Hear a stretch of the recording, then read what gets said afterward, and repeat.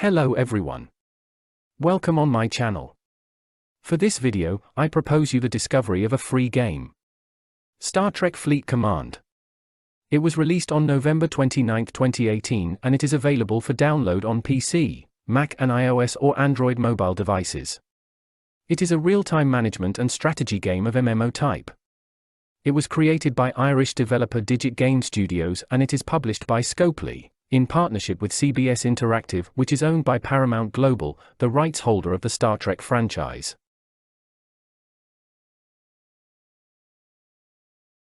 In Star Trek Fleet Command, you play as a commander and must manage your own space base, explore star systems, build ships, mine resources, level up, complete missions, join alliances, and battle other players and enemy NPCs. The game features the iconic characters from the Star Trek franchise, such as Kirk, Spock, McCoy, Scotty, Sulu, Uhura, etc. You start with a space station and a single ship. Several tutorial missions are to be performed at the beginning of the game under the guidance of Geordi LaForge, in order to learn how to play and before having full control of his base. Then, an AI named Maya will follow you throughout your progress and will advise you on certain missions.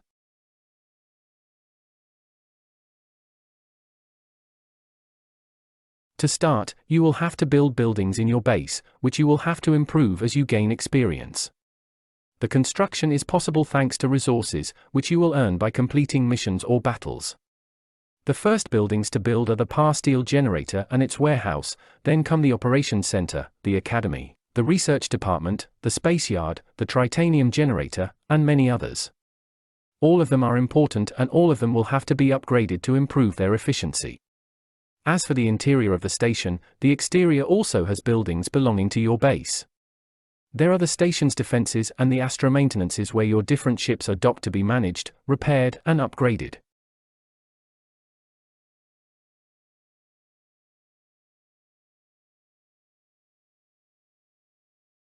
The Operations Center is the command center of your station. Upgrading this building increases the player's level, unlocks additional buildings, and increases the damage bonus of your weapons. The Academy is the home of your officers when they are not assigned to a ship. Upgrading this building allows you to recruit more officers and increase their stats through promotions and upgrades. Officers should be recruited and used according to their respective abilities and the way you play. The RD department, for research and development, is necessary to discover new technologies. Several research trees are available. Improving them with resources increases your power. The Space Yard, as its name indicates, is the place where you build your ships. To unlock the different ships of the game, you have to win plans by destroying your enemies and unlock various technologies. So you will only have access to new ships gradually. At the beginning of the game you will have only one. The resource generators produce as many resources as the warehouses can store. You must therefore improve the yield quickly in order not to run out and be blocked in your progress.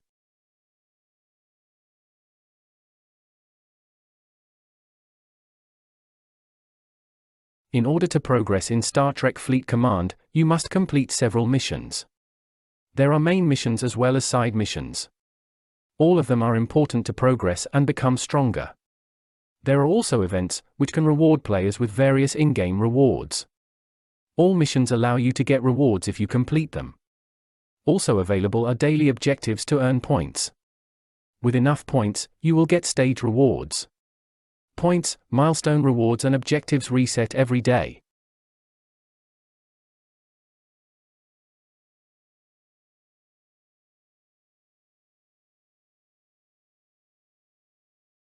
Power Steel and Tritanium are the primary resources of the game. They allow you to build buildings and ships respectively. Dilithium is also suitable for this, but in smaller quantities, while Latinum allows you to avoid waiting for construction and upgrades. These different resources can also be obtained by winning battles, or by mining asteroids. Other resources, such as raw crystal, raw gas and raw ore, can also be mined in space. After being refined in the refinery of your station, they will be used to improve ships and buildings, but also in the research of certain technologies.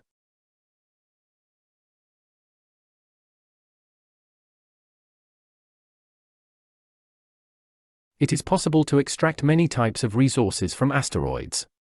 Explore several systems to find different deposits. When you arrive at an asteroid, your ship will automatically dock with it and start extracting resources. The maximum amount of resources extracted depends on the maximum loading capacity of your ship. While on an asteroid, ships are vulnerable to attacks from other players. If your ship is attacked and you lose the fight, then you risk losing some of the materials and resources already on board.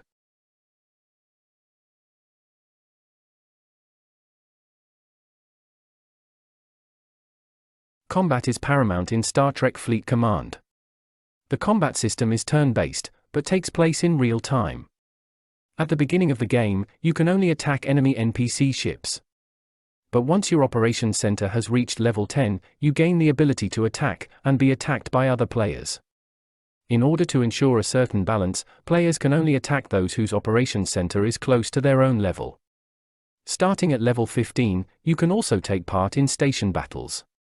To attack a target, select it on a system map to open a preview window showing it. This window shows you the exact type of target, its strength, and an estimate of its difficulty. The scan button provides additional information, and the attack button sends the ship from your fleet that you selected to attack the target.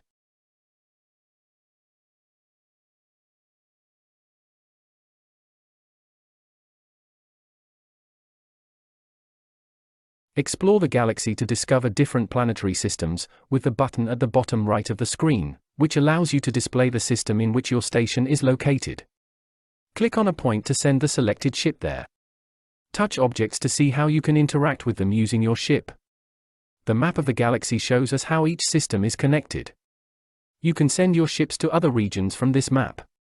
Your ship must enter warp to travel from one system to another. During this time, your ship cannot be attacked by another player.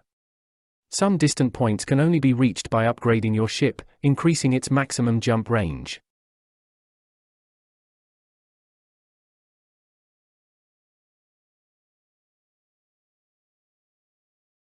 It is highly recommended to join an alliance quickly, to progress faster, and to have a precious help against enemy attacks.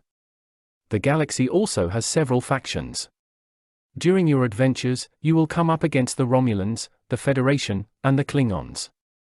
Depending on your relationships, you will gain or lose reputation points with these factions. There are several ways to earn reputation points. Participating in faction events, eliminating hostiles from opposing factions, completing missions, etc. The points give you access to the faction store where you can recruit officers from a faction, obtain resources, get ship plans, etc.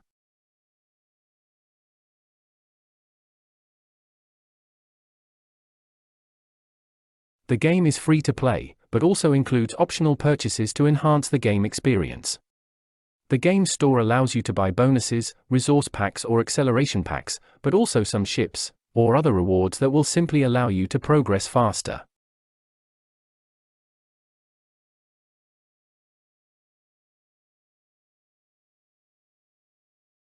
I have to say that so far, I like this game. I find the graphics nice on PC, but I'm still confused about the mobile versions with smaller screens. It's nice to find the heroes of the franchise, and to be able to compose your favorite crews, but you can play the game without being a fan of the movies and series. I read somewhere that the game became much more difficult after a certain level, and that it was really complicated to continue without making in-game purchases. This pay-to-win aspect remains to be verified. Is it still true if you are patient, and if you play as strategically as possible in cooperation with other players? In the meantime, for a free game, I think it's pretty good.